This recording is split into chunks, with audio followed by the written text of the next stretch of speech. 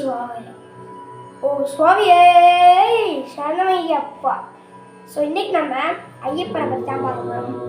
Welcome to விஷயம் இருந்தாலும் நான் உங்கள் விஸ்வா. ஐயப்பன் இவர் யாருன்னா சபரி பீடம், சபரிமலையில் உட்கார்ந்துருக்கிறவர் ஐயப்ப சுவாமி.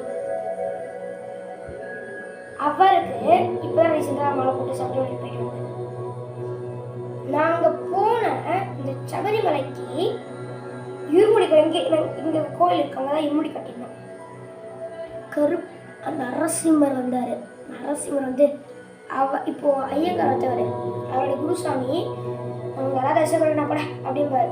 அதே மாதிரி அவர் சொல்லியிருக்காரு குருசாமி. நல்லா தரிசனம் கட்டிச்சு. இப்போ நம்ம ஐயப்பன் யாருங்கிறத பார்க்குறோம்.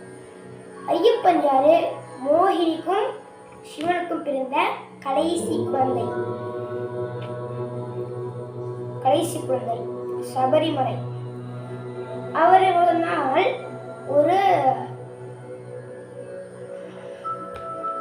மோகினி வந்துட்டு அவர் வந்து ஒரு காட்டுக்குள்ள விட்டுட்டு போயிட்டாங்க, சிவன் மோகினியும். அது ஒரு சிவலிங்கம், அதுக்கு பக்கத்துலேயே ஒரு சிவலிங்கம்.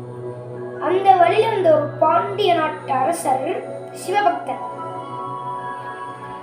அவர் வந்துட்டு என்ன பண்ணியிருக்காரு, அந்த குழந்தைய பார்த்தோன்னே சிவன் கொடுத்த எனக்கு அருள், நான் அதை எடுத்துட்டு போறேன் அப்படின்னு எடுத்துட்டு போயிருக்காரு. ஆனா அதுல ஒரு மந்திரி இருந்திருக்காரு, அந்த பாண்டிய நாட்டுல ஒரு மந்திரி. அந்த மந்திரி அரசருக்கு அப்புறம் நான் தான் அரசன் நினைச்சிருக்காரு.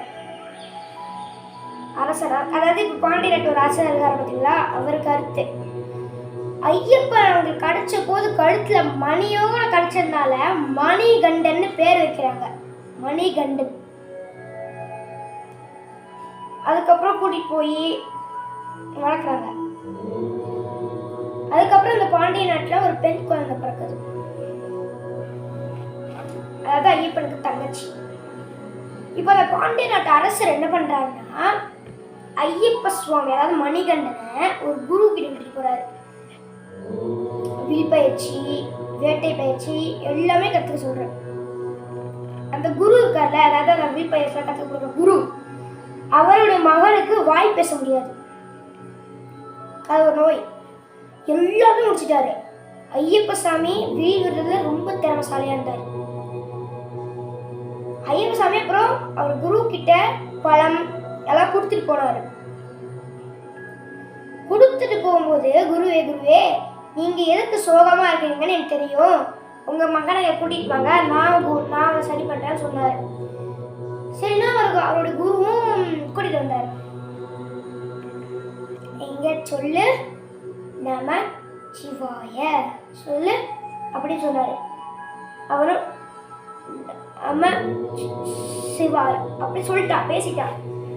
அப்புறம் பேச ஆரம்பிச்சிட்டான். அதுக்கப்புறம் என்ன பண்றாரு, குருவே நான் ஒரு இடத்துல அம்பு விடுவேன், அந்த அம்பு எந்த இடத்துல போய் விழுகுதோ அந்த இடத்துல இருக்கிற கோவில் கட்டிட்டாங்கன்னு கேட்டிருப்பாரு. அதுக்கு குரு சரிடா அப்படின்னு சொன்னே வேட்டைக்கு போயிருந்தாரு. ஐயப்ப சாமி வேட்டைக்கு போகும்போது ஒரு முஸ்லீமை பார்க்குறாரு. அவர் வந்துட்டு ஐயப்ப சாமிக்கு சாப்பாடெல்லாம் கொடுத்தாரு. அவர் பேர் வாபர். அதனால்தான் எனக்கு ஒரு கோழி கட்டுவாங்க, நீ என் கூட நண்பனா இருக்கணும்னா அந்த இடத்துல நீ என் கூட ஏறு அப்படின்னு சொல்லி போற. அதனால்தான் வாபர் அந்த சபரிமலையில இருக்காரு. இன்னொன்னு, ஐயப்ப சாமி கோயிலை கட்டி அந்த இடத்துல உட்கார்ந்த உடனே வேட்டைக்கு போகக்கூடாது, காலை கட்டிட்டாங்க. ஏன்னா இப்போ வந்துட்டு அந்த இடத்துல தெய்வம், அந்த இடத்துல தெய்வம் எப்பவுமே வேட்டைக்கு போகாது. தெய்வம் மற்ற உயிரில கொள்ளாது, மற்ற உயிர்களை படைக்கும், காக்கும், அழிக்கும், மும்மூர்த்திகளை குறிக்குது. அதுவும் அழிக்கிறதும் கெட்ட எண்ணங்கள் தான் இருக்கும். அதனால காலை கட்டி போட்டாங்க. இப்போ இந்த இடத்துல இருக்குன்னா அந்த பாதத்தை இந்த இடத்துல அப்படியே கட்டி போட்டாங்க. இந்த வேட்டைக்கு போகக்கூடாதுன்ட்டு. ஐயப்பனும் சரி வேட்டைக்கு போல அப்படின்னு சொல்லிட்டாரு. இதோட இது முடியுது. இப்போ நம்ம ஐயப்ப சாமிக்கு புலிதான் நிறைய பேர் வாகனம் சொல்றாங்க. எல்லாருமே புலின்னு தான் சொல்லுவாங்க. ஆனா அவர் வாகனம் புலி கிடையாது. ஆமா, புலி கிடையாது. ஏன்னா அந்த 18 படி நம்ம ஏறின உடனே ஒரு பெரிய இது மாதிரி இருக்கும். பெரிய ஒரு கலசம்.